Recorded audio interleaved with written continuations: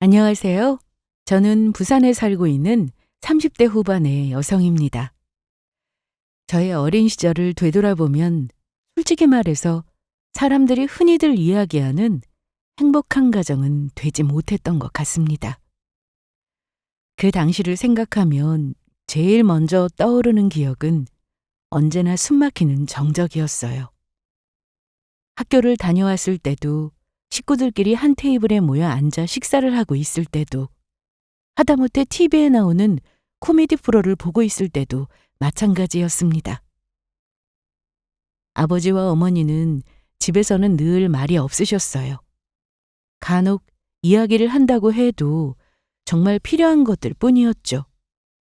모레까지 관리비를 내야 한다. 내일 상갓집에 가야 하니 셔츠 좀 다려놔라. 이번 주말에는 어머님 생신이시다 같은 것들이요.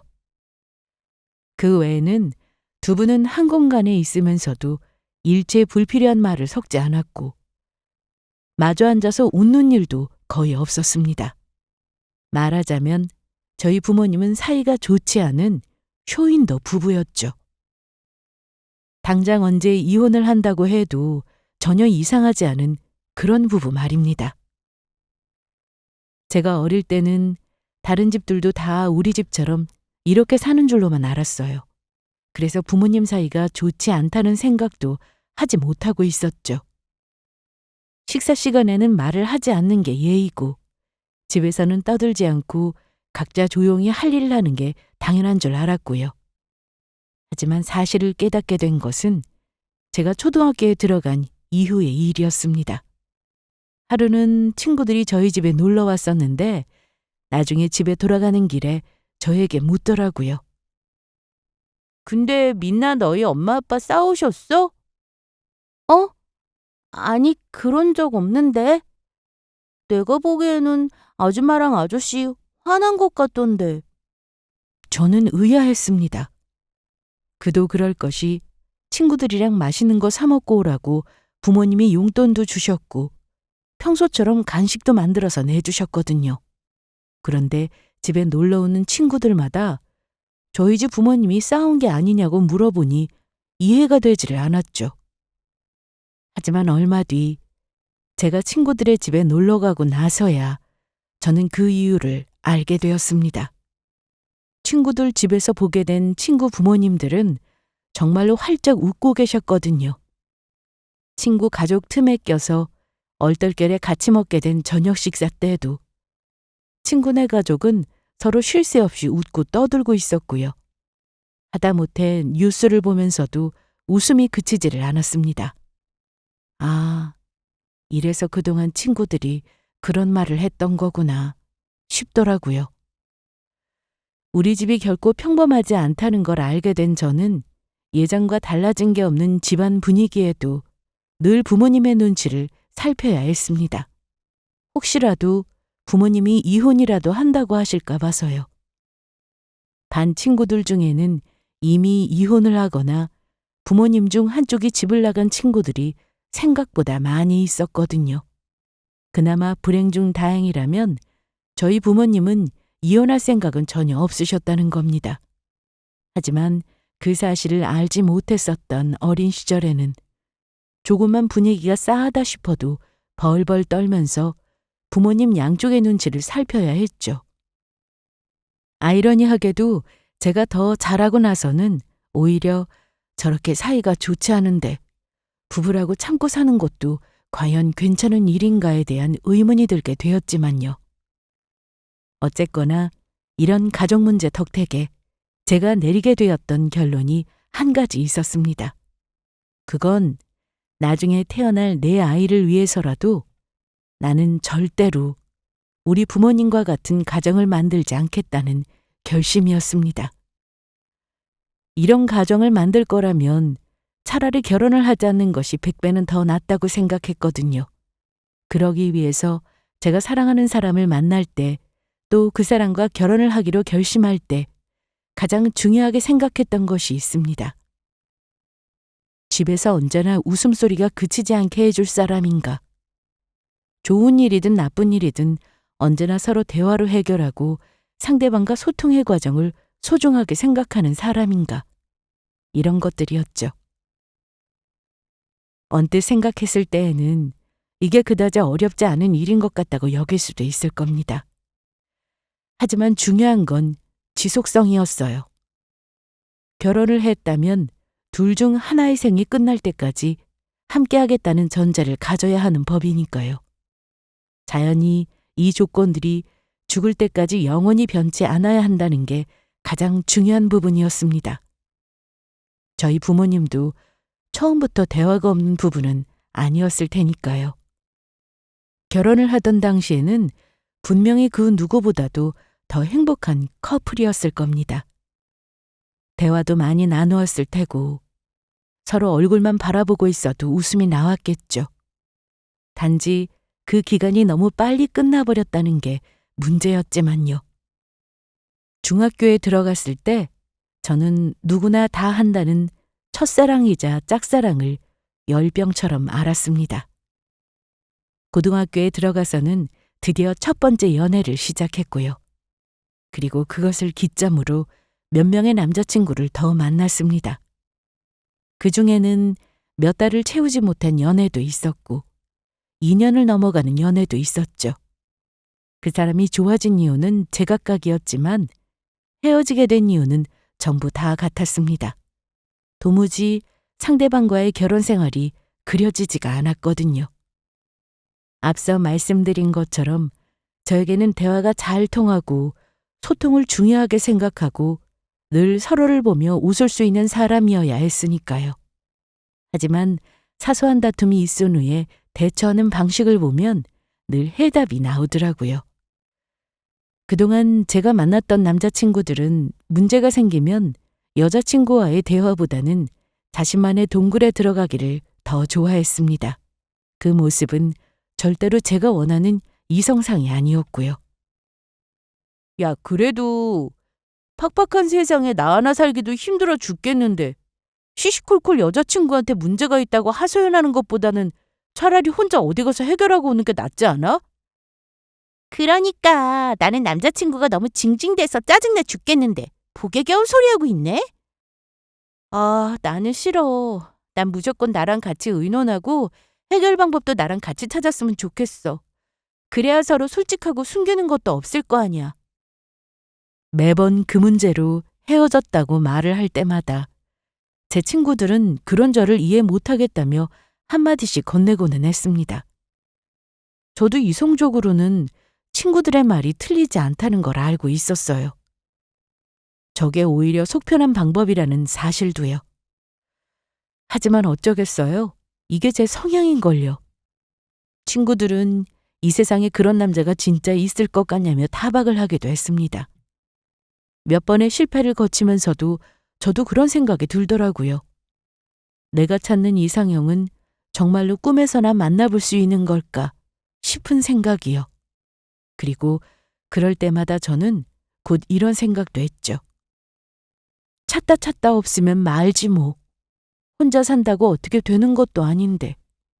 안 맞는 사람이랑 결혼해봐야 불행하기만 할 테고. 결국은 이혼이 수순이 아니겠냐고요.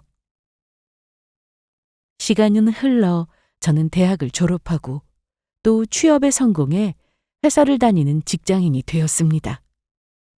회사에 들어가서는 한동안 좌충우돌 신입사원의 신분으로 일에 적응하느라 연애는 꿈도 꾸지 못했습니다. 일에 적응을 한 뒤에는 퇴근하고 돌아오면 지쳐 쓰러져 잠이 들게 바빴고 그렇게 2년쯤 더 지났을 때였어요. 평소처럼 일에 시달리다 집으로 돌아와 책상 앞에 놓인 탁상 달력을 보는데 벌써 12월이더라고요. 또 한 해가 지나가고 있었던 거죠. 문득 가는 시간이 너무 아깝고 억울하다는 생각이 들었습니다. 이렇게 혼자서 일만 하면서 보내려고 그렇게 열심히 살았던 게 아니었는데 싶기도 했고요. 그날 친한 친구들이 모여있는 단체 메시지방에 바로 글을 남겼습니다. 소개팅을 시켜달라고요. 새해가 오기 전에 무조건 연애를 시작해야겠다고. 물론 마지막 말은 장난이었습니다. 당장 내일 누군가와 소개팅을 한다고 해도 올해 안에 연애를 시작하기는 빠듯한 시간이었으니까요. 아무튼 그만큼 절박하다는 어필이었죠. 그러자 친구들은 드디어 일 중독에서 빠져나온 거냐며 적극적으로 소개팅을 주선해주기 시작했습니다. 그렇게 그 달이 가기 전에 아마 3번의 소개팅을 더 했던 것 같아요. 그리고 한 해의 마지막 12월 30일에 나갔던 소개팅에서 저는 운명적인 상대를 만날 수 있었습니다. 안녕하세요. 이명훈이라고 합니다. 네, 저 오민나예요. 반갑습니다. 와, 사진보다 훨씬 더 예쁘신데요. 프로필 사진 다른 걸로 바꾸셔야겠어요. 네? 사진이요. 자리에 앉기 무섭게 했던 그 사람의 첫마디는 바로 이것이었습니다. 사진 그렇게 찍으실 거면 차라리 본인이 찍어주겠다며 농담을 하시더라고요. 저는 되게 의외다 싶었습니다. 대화를 나누기 전에 얼굴만 봤을 때는 되게 진지한 이미지라고 생각을 했었거든요. 사실 직장인이 되고 나서 했던 소개팅에서는 대부분 학생 신분일 때보다 더 진지한 대화를 나누기도 했고요. 그런데 대뜸 건넨 첫마디가 농담이라니 좀 어이가 없어서 웃음이 났습니다. 물론 그냥 인사치레인지는 모르지만 어쨌거나 저에게 하는 칭찬인지라 좋기도 했고요. 첫 대화를 웃으면서 해서인지 그날의 만남은 순조롭게 흘러갔습니다. 이야기를 더 해보니 마냥 실없는 농담만 하는 게 아니라 진지한 면도 많으셨고요. 그렇게 2~3시간쯤 대화를 더 나누다 카페에서 나왔는데 눈이 무척이나 많이 오고 있더라고요. 거리가 온통 새하얗게 반짝거리고 거리에서는 반짝거리는 조명과 기에 익은 멜로디에 음악 소리가 흘러나오고 있었습니다. 연말 분위기 탓인지 아니면 너무 오랜만에 잘 통하는 대화를 나누어서인지 오늘 참 재미있었다. 이런 기분이 들더라고요. 한편으로는 시간이 너무 빨리 지나간 것 같다는 아쉬움도 들었고요. 하지만 재미있었다는 건 저 혼자만의 착각일 수도 있었기에 저는 내색하지 않고 조용히 작별 인사를 건넸습니다. 애프터 약속을 잡지 않고 헤어진 거죠.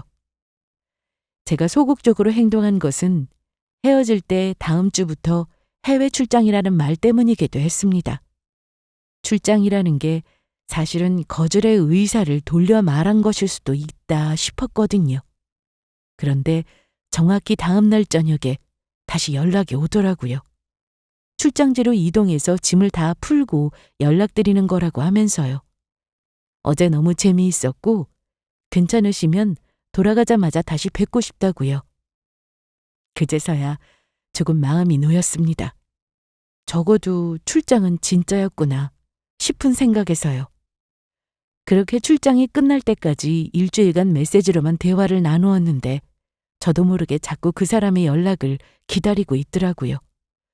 혹시나 답장이 조금 많이 늦어진다 싶으면 무슨 일이 생겼나 별의별 생각을 다 하게 됐고요. 사귀지도 않는 그것도 이제 겨우 한번 얼굴을 본 사람이 연락을 이렇게까지 기다릴 수 있다니 정말 처음 있는 일이었습니다. 제가 생각해도 어이가 없는 일이었고요. 한 달은 되는 것만 같던 일주일의 시간이 지난 뒤에 드디어 다시 만나게 된 그 사람은 저번보다 조금 수척해진 모습이었습니다. 무슨 일 있으셨어요? 얼굴이 많이 안 좋아 보이시는데. 티가 많이 나나요? 출장 가서 너무 바빴는데 거기서 물갈이까지 하느라 고생을 좀 해서 그러네요. 어머, 그럼 집에서 좀 쉬어야 하셨던 거 아니에요? 괜히 아프신데 저 만나러 나오신 것 같은데. 아닙니다. 돌아가서 쓰러지는 한이 있어도 오늘은 민나 씨 뵙고 가야죠. 아무래도 저와 한 약속 때문에 컨디션이 정상이 아닌데도 나온 것이 분명해 보였습니다. 너무 죄송하더라고요. 그러면서도 그래도 저를 만나러 와야 한다는 말이 너무 고마웠고 수척해진 와중에도 제 눈에는 그 사람이 여전히 멋있어 보였습니다. 생각해보면 그때 저도 이미 콩깍지가 단단히 쉬어 있었던 거죠. 그렇게 두 번의 만남 만에 저희는 서로 마음을 확인할 수 있었습니다. 그날 데이트를 마친 후 집으로 돌아가기 전에 저는 정식으로 만나보고 싶다는 이야기를 들었고요. 그렇게 저희는 사귀게 되었습니다.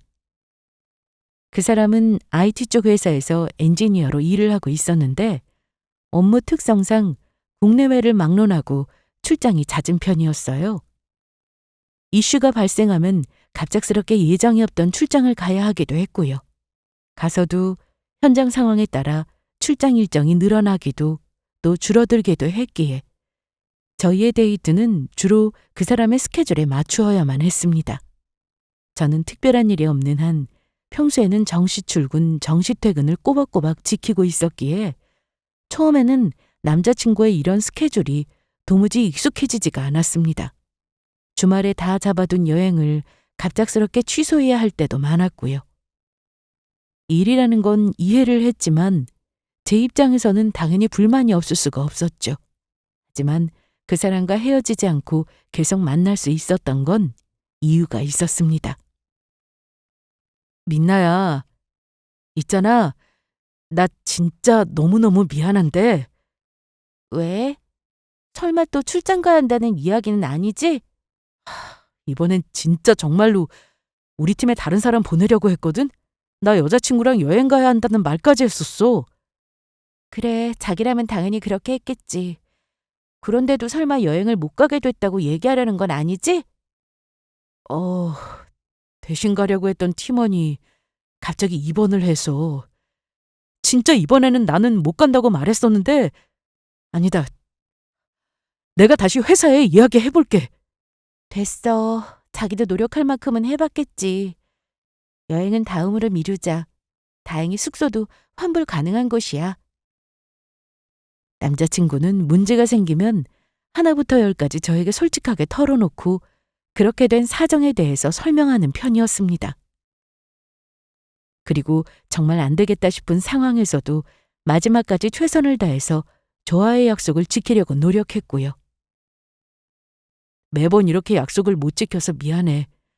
이번에 여행 간다고 많이 기다렸을 텐데 실망했지? 대신 내가 이번에 못 간 것까지 어떻게든 보상할게. 뭘로 어떻게 보상할 건데? 이걸로. 남자친구가 제 눈앞에 내민 건 콘서트 티켓이었습니다. 몇 달 전에 제가 좋아하는 외국 가수가 몇 년 만에 내한 공연을 진행한다고 해서 지나가는 말로 너무 재미있겠다고 말한 적이 있었거든요. 하지만 갈 생각은 엄두도 내지 못하고 있었죠. 왜냐하면 경쟁이 너무 치열해서 티켓팅이 어렵기로 유명했거든요. 뭐야? 어떻게 된 거야? 이걸 어떻게 구했어? 회사에 내 입사 동기가 티켓팅을 엄청 잘하거든. 평소에도 뭐 보고 싶은 공연은 다 보러 다니던데 그래서 걔한테 부탁했어. 이것도 못 구하면 나 여자친구한테 차일 거라고. 저는 제가 그런 말을 했었다는 사실조차 잊고 있었습니다. 이렇게 남자친구는 제가 평소에 하는 사소한 말까지도 전부 다 기억을 해두는 사람이었어요. 본인이 지키지 못한 약속은 무슨 수를 써서라도 어떻게든 보상을 해주고 싶어 했고요. 그 마음이 너무 고맙더라고요. 한편으로는 미안하다 싶기도 했습니다. 저는 남자친구만큼 상대방을 세심하게 잘 챙기지는 못했거든요. 저는 남자친구와 그렇게 7년을 더 연애하고 결혼을 하게 되었습니다. 20대 중반 이후부터 그 긴 시간 동안 제 인생의 모든 순간순간에는 그 사람이 함께 있었죠.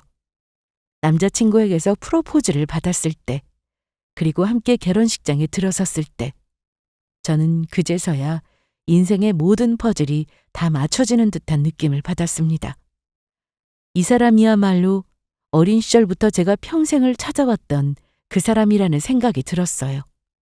만약 이 사람이 제 운명의 상대가 아니라면 어디를 가서 다시 이런 사람을 만나야 할지 엄두가 나지 않을 정도로요. 저는 이 사람과 정말 잘 살 자신이 있었습니다. 지금의 이 마음만 변하지 않는다면 10년이고 100년이고 평생을 서로 아끼고 사랑하며 살 자신이 있었죠. 저는 적어도 제 마음에는 확신이 있었거든요. 저는 변하지 않으리라는 확신이요. 그리고 아마도 저의 남편 역시도 저와 같은 사람일 거라는 확신을 했습니다. 그게 정말 얼마나 큰 오판이었는지는 그때는 알지 못했지만요. 결혼 후의 생활은 의외로 결혼 전과는 많이 달랐습니다.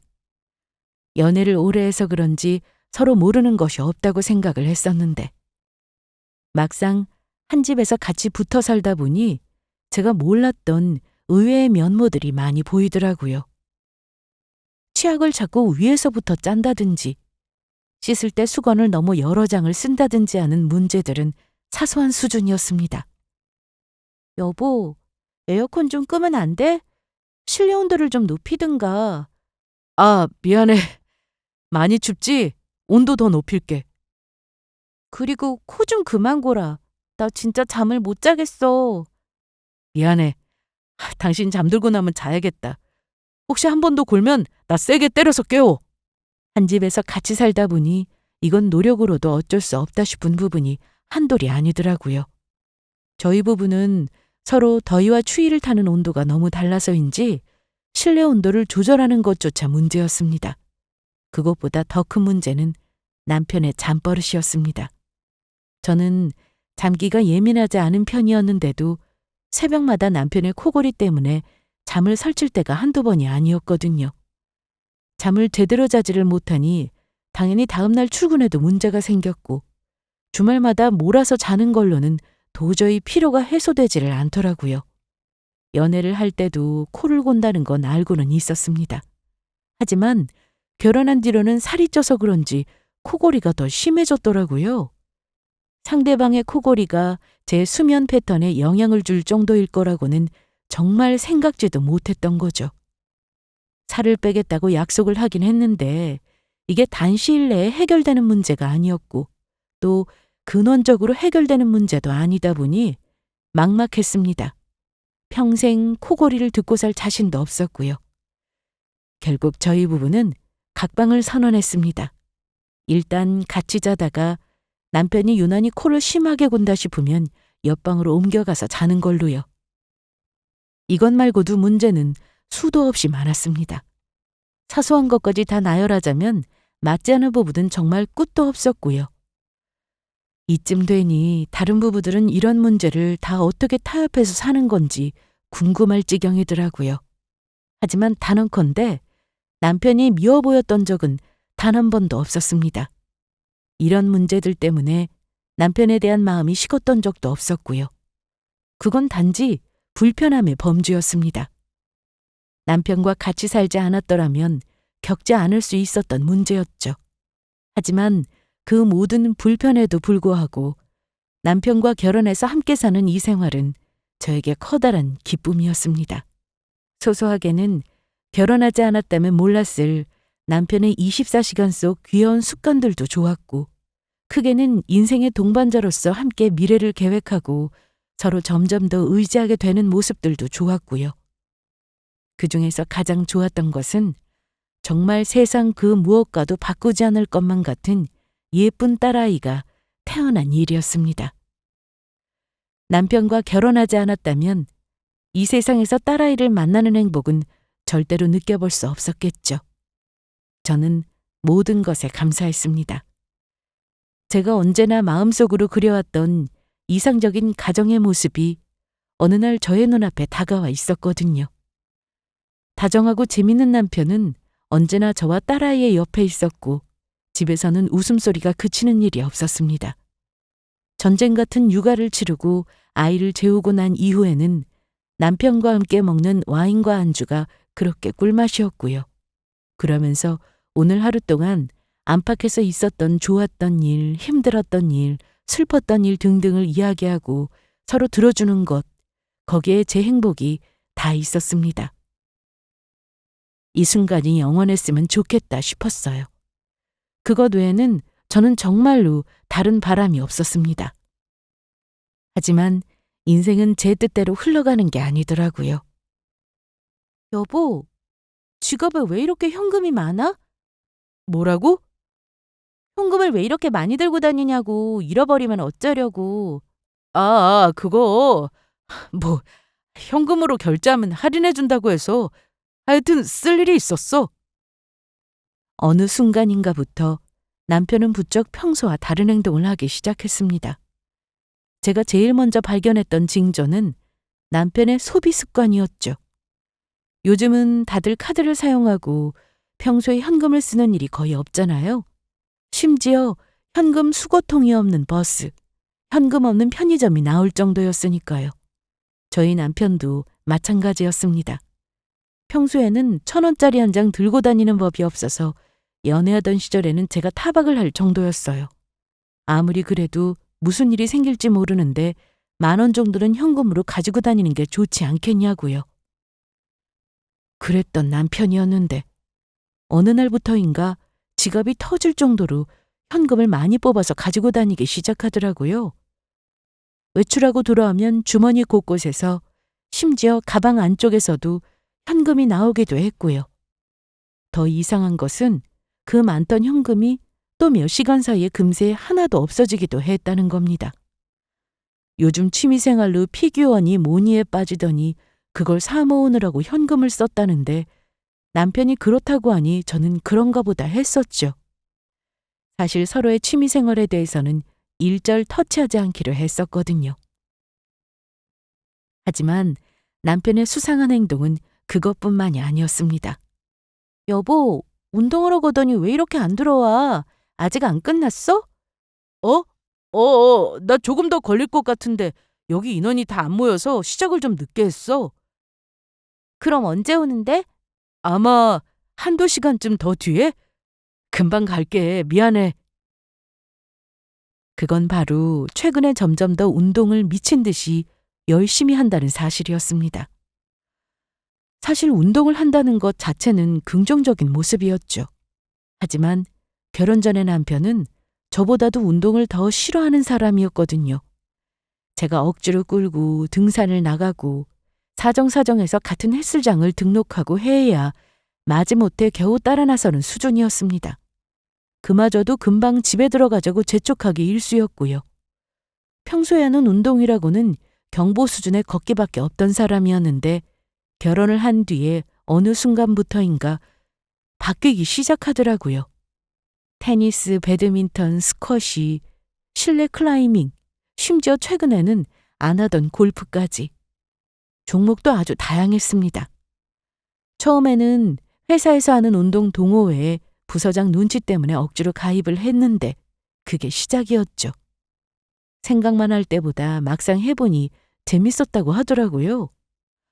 그 이후부터는 누가 시키지 않아도 동네에서 하는 다른 운동 동호회를 적극적으로 찾아가기 시작했습니다. 저도 함께하면 좋겠다 싶었지만 제가 남편과 동시에 나가버리면 딸아이를 봐줄 사람이 없었기에 저는 다음 기회로 미룰 수밖에 없었고요. 운동을 한다고 해도 남편과는 다른 시간대에 나눠서 가야만 했죠. 어쨌든 그 이후로 남편은 평일 주말 가릴 것 없이 거의 틈만 나면 운동을 나가는 수준이었습니다. 물론 아직까지는 딸아이 때문에 주 2회 정해진 운동만 다녔지만 제가 하루 종일 집에 있거나 아이를 데리고 친정에 갈 일이 생기기라도 하면 그렇게 좋아하더라고요. 운동하러 갈 시간이 생겼다면서요. 저의 불만은 남편이 점점 더 주객이 전도되는 모습을 보이기 시작했다는 점이었습니다. 한번 운동을 나가면 들어오겠다고 했던 시각을 한참 지나서 돌아오는 것이 예사였고 자연히 딸아이는 남편에게 뒷전이 되어버렸거든요. 원래는 매일 저녁 딸아이의 학습지 공부를 봐주고 영어책도 읽어주는 게 하루의 마무리였던 남편이었습니다. 저보다도 딸아이의 교육에 더 신경을 쓰고 있었거든요. 여보, 이따가 밥 먹고 유나 학습지 제대로 풀었는지 좀 봐줘. 나 오늘은 너무 피곤한데. 오늘만 당신이 하고 나는 내일 봐주면 안 될까? 더 이상 남편의 관심사는 딸아이에게 있지 않았습니다. 아니, 저와 아이 모두에게 있지 않는 것 같았죠. 그 즈음부터 저는 남편과 같은 집, 같은 방에서 함께 있으면서도 묘하게 멀어진 느낌을 받기 시작했습니다. 남편은 늘 피곤하다는 말을 입에 달고 살기 시작했고 집에만 들어오면 만사가 귀찮아진 얼굴을 하고 있었습니다. 저희 집에는 더 이상 대화도 웃음도 없었어요. 그저 남편의 코 고는 소리와 정막을 깨기 위해 의미 없이 틀어둔 TV 소리가 전부였습니다. 마치 예전에 저희 부모님처럼요. 저는 자꾸 안 좋은 생각이 들기 시작했습니다. 배우자가 갑자기 안 하던 짓을 하기 시작했다면 제일 큰 이유는 바람이라는 통계를 본 적이 있었거든요. 저와는 그 어떤 불화도 없었으니 그렇다면 지금의 이 모습은 남편 본인에게 생긴 변화라는 뜻이었어요. 저는 너무 답답했지만 한편으로는 진실을 영원히 알고 싶지 않기도 했습니다. 특히나 아빠를 저렇게나 좋아하는 딸아이를 볼 때면 그 생각은 더 깊어졌고요. 하지만 영원히 이렇게 지낼 수는 없다는 것도 잘 알고 있었죠. 남편이 5번째 결혼기념일을 잊었던 그날, 저는 더 이상 참지 못하고 남편에게 물었습니다. 당신 혹시 바람이라도 피우는 거야? 뭐? 바람이라니? 갑자기 무슨 소리야? 그렇지 않고서야 어떻게 당신이 결혼기념일을 잊을 수가 있어? 요즘 당신 행동을 좀 돌아봐. 당신 이런 사람 아닌 거 누구보다 당신이 더 잘 알 거 아니야. 솔직히 반쯤은 충동으로 물어본 질문이었습니다. 그리고 남편은 당연히 반박할 거라고 생각했고요. 그런데 돌아온 대답은 너무나도 충격적인 것이었어요. 미안해. 내가 할 말이 없다. 뭐가 미안하다는 거야? 전부 다. 그냥 기왕 이렇게 됐으니 솔직하게 털어놓을게. 나 여자 생긴 거 맞아. 여자 생긴 게 맞다고? 당신 지금 그렇게 말한 거야? 저는 제가 들은 말이 이해가 되지 않았습니다. 이런 말을 들을 마음의 준비도 되어 있지 않았고요. 어떻게 다른 사람도 아닌 제 남편이 그것도 바람을 피웠다고 저렇게 당당하게 말할 수가 있는지. 이건 정말 단 한 번도 생각해 본 적 없던 장면이었습니다. 당신한테는 정말 미안해. 나도 이러면 안 된다는 거 알아서 처음에는 그만두려고 했었어. 누구보다 멈추고 싶었던 사람이 나라고. 멈추고 싶었다고? 이러면 안 되는 거 알고는 있었다고? 그런데 사람 마음이 내 생각대로 되는 게 아니더라고. 당신도 알잖아. 나는 정말 노력 많이 했었어. 남편 놈은 말 같지도 않은 헛소리를 늘어놓으며 필사적으로 자기 변호를 하기 바빴습니다. 사랑은 사람 마음대로 되는 게 아니라느니, 이렇게 된 데에는 본인만의 잘못은 아니라느니 하면서요. 그 여자는 불과 반년 전쯤부터 열심히 나가기 시작했던 골프 모임에서 만났다고 하더라고요. 그것조차도 사실인지는 알 수가 없었지만 어쨌든 남편의 주장에 따르면 그랬습니다. 처음에는 그냥 친한 운동 메이트 정도로만 생각했는데 볼 때마다 자꾸 가슴이 설레는 걸 본인도 도저히 막을 수가 없었다고요. 그러니까 말하자면 저에게 운동을 간다고 했던 그 모든 순간들에 저 인간은 그 여자와 바람을 피우고 있었던 겁니다. 이혼하자 우리.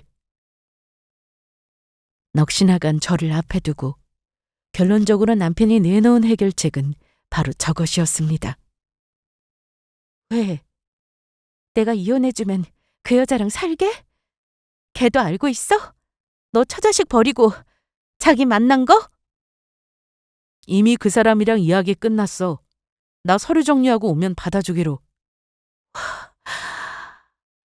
너 진짜 미친놈이구나.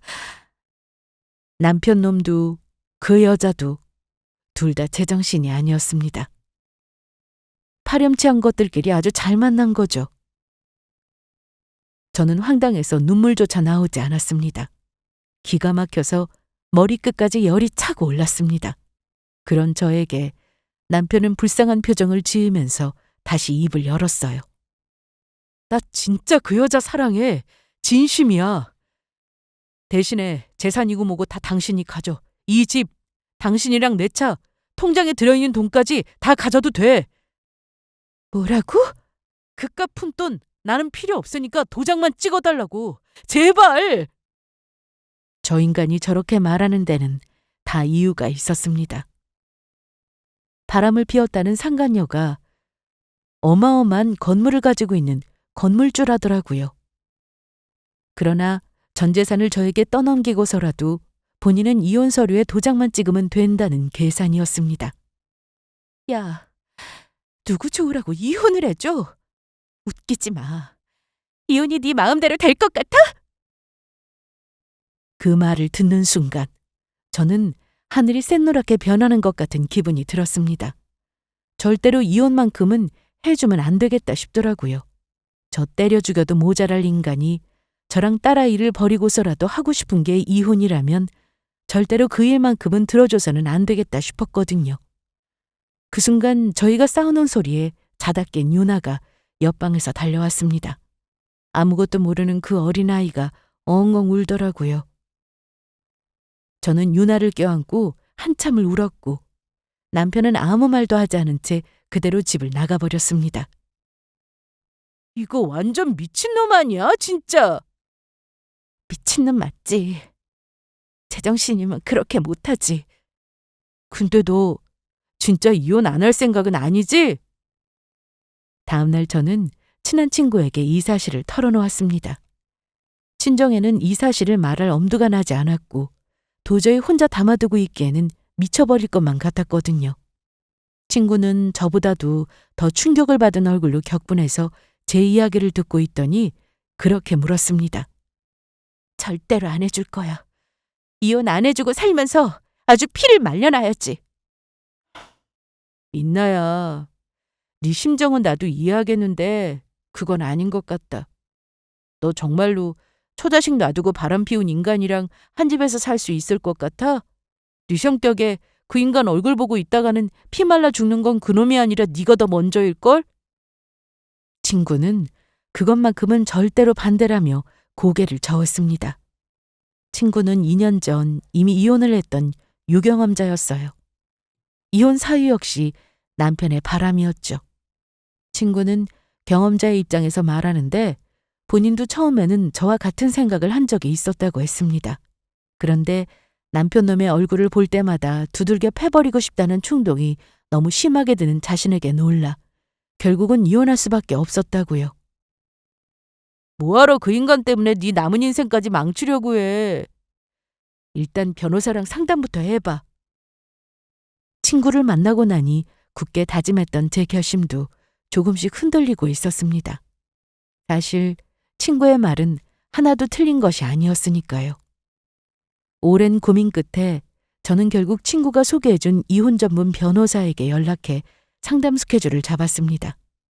이혼을 하든 하지 않든 간에 일단은 이 상황을 한번 전체적으로 정리하고 경우의 수를 따져볼 필요가 있겠다 싶었거든요. 그런데 상담을 하루 앞두고 있던 어느 날 갑자기 친구에게서 다급한 연락이 걸려왔습니다. 민나야, 너 아직 변호사 안 만났어? 내일 모레 만나기로 했어. 안 그래도 너한테 이야기하려고 했는데. 야, 변호사가 지금 문제가 아니야. 너 일단 이따 저 인간 집에 들어오면 이혼 서류에 도장부터 찍어. 갑자기 그게 무슨 말이야. 알아듣게 설명을 해. 나 지금 백화점에 왔는데 방금 네 남편이랑 그 여자랑 같이 있는 거 봤어. 뭐? 진짜야? 그래. 근데 그 여자가 내가 아는 여자야. 그 뒤로 친구는 저에게 정말 믿을 수가 없는 이야기를 해주었습니다. 제 남편 놈이 바람을 피우고 있는 상간녀가 본인이 아는 여자라고 하더라고요. 심지어 그게 친구의 전 남편의 바람을 피운 상간녀였던 겁니다. 저는 흥분한 친구를 불러 자세한 자초지정을 전해들었습니다. 이튿날 저녁 저는 남편 놈에게 협의 이혼 서류를 내밀었습니다. 변호사와 새롭게 알게 된 모든 내용을 포함해 상담을 마치고 그대로 작성해온 서류였죠. 이건 내 요구 조건이야. 당신도 동의하면 우리 이혼해. 갑자기 왜 마음이 변했대? 이혼해서 나 좋은 꼴은 죽어도 못 보겠다더니? 양육권은 내가 가질 거고 당신이 말했던 것처럼 이 집, 내 차, 결혼한 이후에 저축한 예금도 전부 다 내 거야.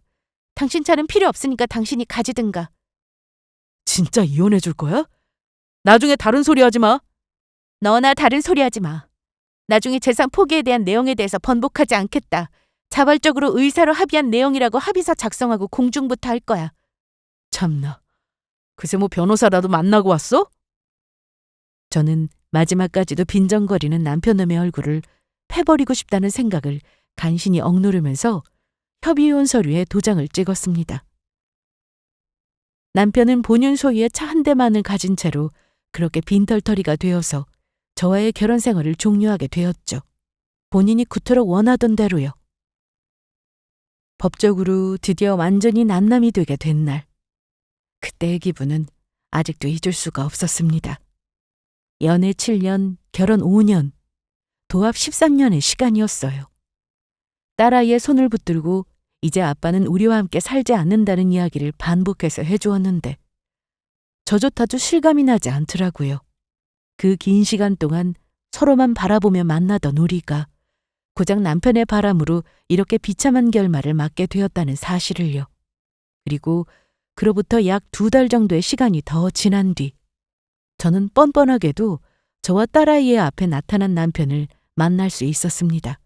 심지어 제가 만나주지 않을까봐 딸아이의 어린이집 하원 시간에 맞춰 그 앞으로 나타났더라고요. 너 미쳤어? 여기가 어디라고 찾아와? 나 유나 보고 싶어서 온 거야. 애 만나는 건 내 권리잖아. 유나는 정해진 날짜에만 볼 수 있는 거지 네 마음대로 나타나는 건 네 권리가 아니지. 심지어 이혼 판결이 난 이후에 2달, 그리고 그 이전의 시간까지 모두 합쳐서 몇 달이 시간이 있었습니다. 그 사이에 남편놈은 단 한 번도 딸아이를 찾은 적이 없었고요. 이제 와서 새삼스럽게 유나가 보고 싶어서 찾아왔다는 핑계는 말이 되지 않았죠. 계속해서 말도 안 되는 헛소리를 늘어놓던 그 인간은 한참 만에야 저의 닥달 끝에 오늘 저희를 찾아온 본론을 꺼냈습니다. 내가 잘못했어. 우리 다시 합치자, 민나야. 어? 뭐라는 거야? 합치자고? 내가 지금 들은 이야기가 맞아? 맞아. 합치자고.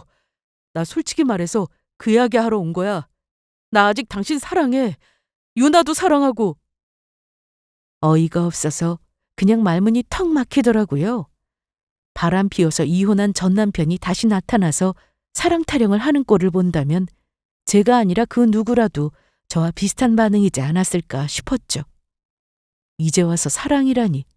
당연히 그게 진짜 이유일 리도 없었고요. 야, 나한테 이혼해달라고 할 때는 그 여자 사랑하는 게 진짜라며? 넌 사랑이 왜 이렇게 쉬워? 내가 사랑하는 건 그 여자가 아니었어.